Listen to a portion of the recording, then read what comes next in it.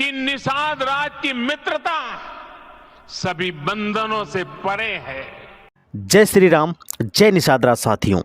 आज बहुत ही हर्षित मन से आप लोगों को बताना चाहते हैं कि एक बार फिर से पूरे निषाद समाज को बेहद सुखमय अनुभूति हुई जब देश के प्रधानमंत्री नरेंद्र मोदी ने कल अयोध्या में निषाद राज और प्रभु श्री राम की पवित्र मित्रता की गाथा दोहराई। कल यानी 22 जनवरी को अयोध्या सहित पूरे देश में ऐसा उत्सव मनाया गया जैसा त्रेता युग में भगवान श्री राम के 14 वर्ष के वनवास के बाद अयोध्या लौटने पर मनाया गया था। संपूर्ण भारत राममय हो गया था। कल जब संपूर्ण विश्व की नज़रें प्रधानमंत्री नरेंद्र मोदी पर थीं, तब अयोध्या में इसी कार्यक्रम के संबोधन के दौरान मोदी जी ने कहा कि दुनिया जानती है कि निषाद राज की मित्रता किसी वंदना से कम नहीं है, यानी उनकी मित्रता के बारे में जिक्र मात्र करना भी वंदना करने के समान है। भगवान श्री राम का निषाद राज के प्रति अपनापन कितना मौलिक है, ये हम सब जानते हैं।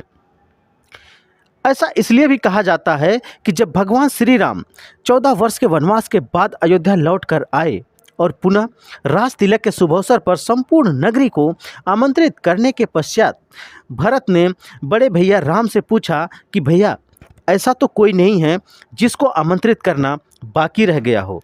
तब भगवान श्री राम ने कहा कि हे भरत, हमारा तो एक ही मित्र है निषाद राज, और मैं चाहता हूँ कि निषाद राज को इस शुभ अवसर पर जरूर आमंत्रित कर बुलाया जाए। इससे पहले भी जब प्रधानमंत्री नरेंद्र मोदी अयोध्या आए थे तब निषाद परिवार के घर चाय पीकर निषाद राज को याद किया था। श्री रामचंद्र जी की मूर्ति की अयोध्या में प्राण प्रतिष्ठा का आयोजन बहुत सुखमय की अनुभूति सभी देशवासियों को दिया।